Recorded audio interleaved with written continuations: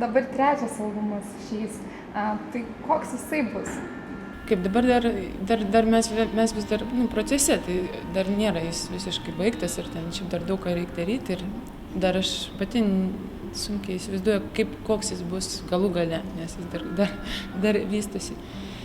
Tai va, bet šiaip bus tikrai šiek tiek kitoks, nes kitaip ir vyko ir pats įrašas ir šiaip daugiau elektronikos ten atsirado, netikėtai man pačiai.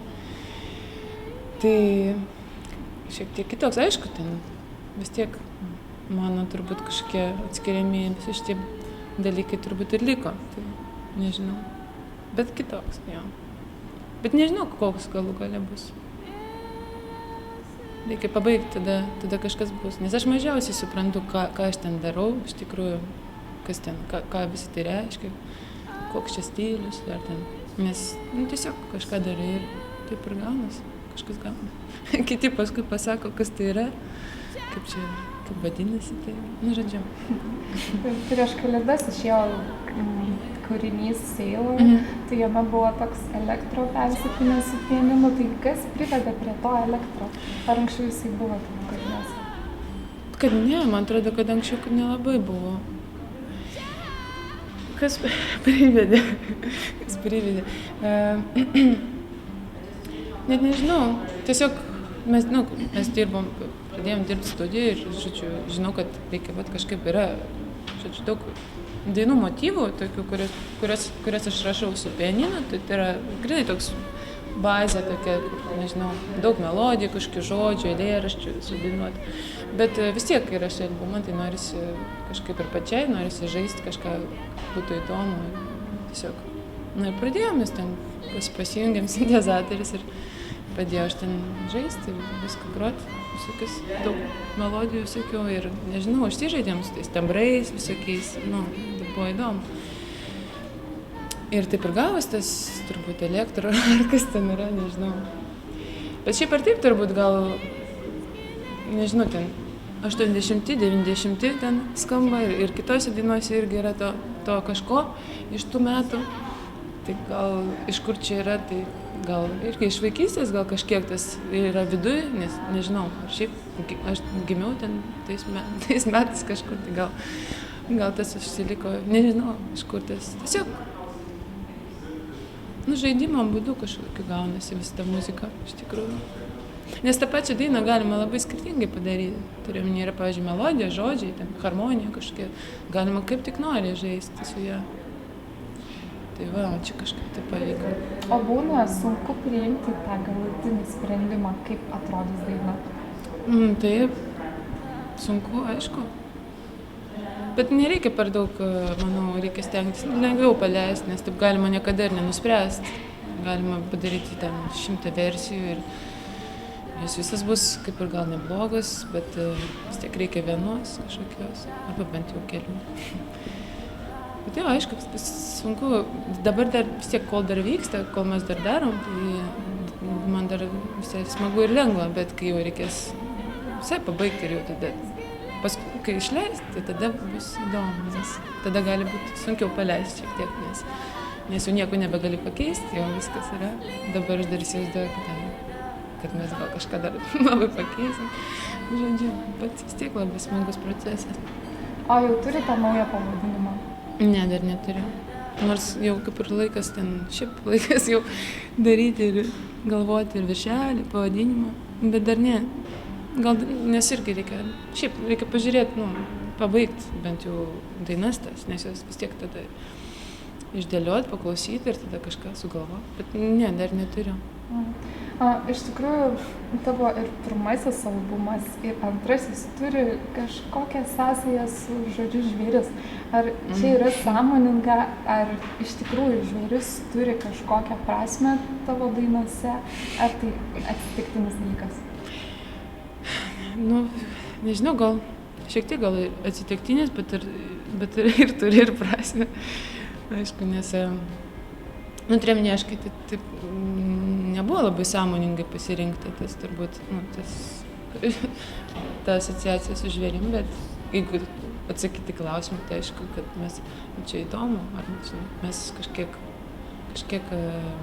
visi kažkiek žvėrys iš esmės, gyvūnai. Tai įdomu tas dalykas, tas skirtumas ir panašumas tarp žmogaus ir gyvūnų. Šiaip. Bet tada aš tai negalvojau nieko apie tai, tiesiog dažniausiai kaip ir būna ten su poezija, dar kažko. Nežinau, iš kur ten atsiranda tam tikrai dalykai. Tiesiog, kartais tiesiog kažkas gražiai skamba arba kažką gražiai primena, kartais tai neturi labai didelės gilios reikšmės, bet jeigu pradėti jau analizuoti arba interpretuoti, tai ten galima rasti, tai žodžiu, čia kaip mokykla interpretacijos rašomas buvo iš literatūrinių kūrinių, kur atrandi ten tokių dalykų, nors aš įsivaizduoju rašytojas, tai gal ir neturėjome nei šitiek daug visko. Tai iš tikrųjų, kalbant apie mokyklą, kaip manai, ar žmogus, jeigu žino tiksliai, kuo jisai nori būti galbūt gyvenime, ar jam reikia kažkokių papildomų sugebėjimų, tarkim, ar tau patiko chemija ar fizika, kas yra toli nuo tavo dabartinės veiklos? Aišku, mokykla tai man buvo gana sudėtinga, ypač vyresnėse klasėse jau ten kažkaip labai aš ten maištavau, ten, žodžiu, ne visai man patiko ten lankytis, bet aš jau turėjau savo kažkokį, nusprendus, kad va čia man menas, paišiau, ten grojau jau. Tai dėl to ir tikslieji mokslai labai prastai sekėsi kažkodėl. Šiaip man atrodė, kam čia reikia, bet kam man šitų dalykų, man tikrai nereikės ir ten tiesiog kankiniesi, ten bandai 4 gautos, kad išvestų 4. Ar ten kiek reikia. Tai nežinau, visi savo vieni anksčiau gali atrasti savo kažkokį polinkį, kiti vėliau, bet nežinau, šiaip mokykla keistas dalykas. Aš visai gal norėčiau, kad kažkaip kitaip viskas būtų, bet kol kas neturim jokio kito varianto, kaip visą tai daryti. Šiaip gal net neaišku, kodėl būtent tai reikia mokytis, o ne kitką. Nežinau, ar tai iš tikrųjų neša labai didelę... Kaip apie gyvenimą ten mažai, ką sužinai iš tikrųjų, tikrą. Sužinai daug kažkokių faktų, kurie nebūtinai tau tada bent jau, kiek atsimenu, nesisieja į kažkokį paveikslą vieną, o tiesiog taip atskirai viskas. Nežinau. Kūryba yra labai individualus irgi dalykas ir kai kam jisai suteikia tokio egocentriškumo jausmą. Tai kaip tu jautiesi, kai sukuri naują kažkokį tai kūrinį? Ar į save pakėlė kažkur aukščiau? Tai taip. Aš šiaip čia susiję, nemanau, kad ir kūryba irgi gal sukelia tą egocentriškumo jausmą, bet ir šiaip, man atrodo, kaip neatsiejami dalykai turbūt. Tu turi, gal neturi, bet dažnai ir jautiesi, kaip kitaip gal ir nerašytum tos dainos, nekurtum, jeigu nebūtum taip į save įlindęs ir taip smarkiai, nežinau, per save jaučiantis. Tai kažkaip ir gaunasi, kad truputį, su savim ten žaidži ir kažką. O kai kažkas naujo atsiranda, tai labai būna labai smagu, bent jau kai ką tik atsiranda, dar kai šviežia, labai, nežinau, tiesiog koks būna jausmas labai, toks euforiškas šiaip. Smagu būna. Kurį laiką, paskui labai greit pripranti prie to, ką padarei ir ten šiaip atsibosta. Bet pradžiai tai atrodo, kad, nežinau, kaip kažkas sutaptų, kaip kažkoks toks gražus sutapimas, netgi galbūt, nes, net nežinau, nes pats tai mažai ką ten gali tyčia padaryti. Dažnai labai, tikrai muzikoje, bent jau kūryboje, labai daug sutapimų, kažkokių atsitiktinumų, kur pats nesureguliuosi. Man, tai dėl to susidaro įspūdis, kad čia lyg tai vyksta, lyg iš kažkur ateina. Džiugu, kad tu gali tą kažką daryti, perduoti, nežinau. O pati turi kažkokių autoritetų? Ne tik muzikos plotmėje, bet apskritai. Kaip autoritetas šitoks žodis, šiaip aš visai sakau sakau ir galvoju, kad aš jų kaip ir neturiu tų autoritetų, bet vis tiek yra tam tikri daug tų žmonių, kurie ar buvo jų, kurie labai imponuoja, kurie ten, nežinau, kur skaitai, pavyzdžiui, ten, kur labai patinka mintis ar ten muzika, tai jo labai jų yra daug ir jie veikia, iš tikrųjų palieka visi savo žymę ir tu paskui tikrai labai daug kas išplaukia, nežinau, net muzikoje, pavyzdžiui, irgi, tarkim, vis tiek būna išplaukia melodijos, kur tikrai kažkur girdėjai, tai nes viskas sukasi viename. Tai va, tai. Bet šiaip tokio vieno tai neturiu, šiaip net nežinau, kas yra autoritetas, čia gal tas, kur. Vis tiek aš žinau, kad jie visi kaip gyvi žmonės, tokie patys, kaip gal Dievas yra, Dievas galėtų būti, jeigu jis yra, galėtų būti autoritetas, nes jis tikrai autoritetas tada. O tu pati tiki Dievu? Tikiu, manau, bent jau kuo toliau, tuo labiau nebandau tikėti, bet jo, bent jau noriu tikėti, nes nėra taip paprasta tikėti iš tikrųjų. Gal. Tai bet taip, norėčiau tikrai. O aš tiki tokių dalykų kaip įkvėpimas, ar labiau tiesiog juodų darbų?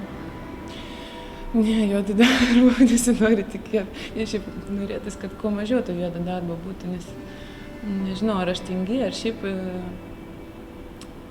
neįkvėpia juodas darbas, o įkvėpimas neblogai. Tik tai, kad vis tiek esi. Kaip žmonės įsivaizduoja, tai čia toks, yra toks mitas apie tą įkvėpimą, tai nežinau, gal kažkam būna vienaip, kitiem kitaip, bet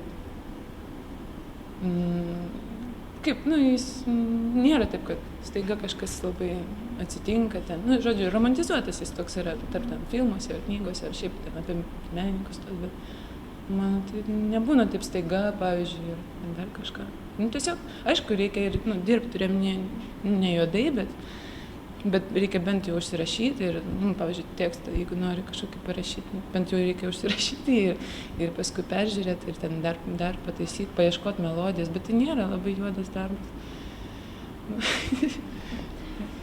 Dažnai menininkų klausima, kas juos įkvepia, ir atsakymai būna gamta, žmonės, aplinka, kažkokie tai patyrimai, emocijos. Tai kaip manai, ir dažnai tie atsakymai būna panašus, vos ne vienodi. Tai kaip manai, ar mus įkvepia tas pats? Manau, kad taip. Tas, kaip gal šiek tiek ir skiriasi tie, jeigu ten detalizuoti kažkokie dalykai kiekvienam, bet atspalviai ten ar dar kažką, bet šiaip manau, kad tas pats turbūt panašiai. Bent jau iš gyvenimo, mes tik tą ir turim. ir taip, kol gyvi esam, tai manau, jo, panašiai turbūt. Tikrųjų, tavo kūryboje yra tokio nežemiškumo, jeigu galima taip išsireikšti, ir tave vilioja tos kosminės galbūt erdvės. Kosminės erdvės. Kaip vis tiek kūryboje, tai ar apskaitai. Aišku, kad įdomu tas kaip išėjimas už kažkokios, net jo bandymas išeiti, nes niekada neįvyksta, tik tai yra kaip ir toks ilgesys ar nostalgija tam kažkokiam dalykui, kurio kaip ir nėra, atrodytų. Kažkas, toks transcendencinis kažkoks jausmas ir jis vis tiek beveik visoje turbūt kūrybai šiek tiek yra, mene, ar dar kažko. Tai tas turima, tas tiesiog turbūt yra. Pačiai teko koncertuoti ir užsienio publikai, tai galėtum sulyginti, ar tai yra nesulyginama Lietuvos auditorijai ir užsienio šalių? Kuo skiriasi mes nuo kitų? Ir ar verta sakyti, kad skiriamės? Galima sakyti, kad skiriamės, nes iš tikrųjų visi skiriasi, visi turėminė. Ir visi ir panašus, ir skirtingi. Čia banalu gana, bet tikrai taip yra. Tiesiog, ir šiaip visos tautos, tai jos turi savo kažkokius savo charakterį, kaip ir ten, nežinau, mentalitetą ar kažkokį tam tikrus dalykus, kurie kartais kuriuos gali pajaust, pamatyti, kartais ryškiai, kartais nelabai, irgi priklauso nuo turbūt geografinės padėties, gal tarkim šiauriečiai vis tiek labiau santūrus, labiau gal neparodo taip konkrečiai, ką jie jaučia ar galvoja, nežinau. Tai ir kiek teko. Ir dar labai svarbu ir mano irgi, turiuomenį, tas kontekstas, kur, sakykime, vis tiek kitaip reaguoja į mane irgi. Aš kaip užsienį, jiems esu, pavyzdžiui, svetima, tarkim, kokiam, nežinau, tarkim, jeigu Prancūzijai, tai aš jiems esu irgi šiek tiek egzotiška, šiek tiek kitaip jie žiūri jiems, o čia savo krašte. Tai jo, yra irgi kitas, žmonės supranta ir žodžius, jie žino tavo istoriją, daug kaip istorija, nu žino, kad tu iš čia, kad tu ten pat vaikštai, nu žodžiu, tai yra arti labai ir dėl to irgi yra kitas suvokimas, man atrodo, žmonės kitaip supranta tą muziką ir ten kitaip. Bet šiaip, nu, nežinau, tas panašiai turbūt klauso. Dar ta pati mano muzika irgi sutraukia gana panašius žmonės, tam tikrą prasme, kurie tokie ganėtinai jautrus, ten, nežinau, inteligentiški. Žodžiu, jo. Tai vis tiek jie gana panašiai reaguoja. Aišku, Rusijai, sakykime, ten žmonės atviriau kažkaip ten, šiaip pagal savo irgi būdą ir charakterį. Familiariau elgesi, ne elgesi, bet gal kažką gali šaukti ten visi, ko nėra pas mus, nes šiek tiek irgi yra, bet šiek tiek mažiau, nes vis tiek mes skiriamės, tiesiog nežinau, skirtingos tautos. Ja. O vakaruose irgi, aš nežinau, kartais ir pati nesuprantu, kaip interpretuoti jų tą reakciją, sakykime, nes jie, pavyzdžiui, būna tiesiog įprasta ploti, visą laiką ploja labai gausiai ir gražiai, sakykime, net jeigu jiems, tiesiog taip įprasta, arba, tu negali atskirti, ar čia jiems labai patiko, ar čia tiesiog taip turi būti. Ir irgi, tos kodus reikia žinoti, o kartais aš jų nežinau, bet tikiuosi, kad nieko. O kalbant apie baimę apskritai jauniems žmonėms, kurie bijo galbūt ir savo ateities, nes tai kyla galbūt iš nežinojimo, ką su savo gyvenimu daryti, tai ko palinkėtum galbūt?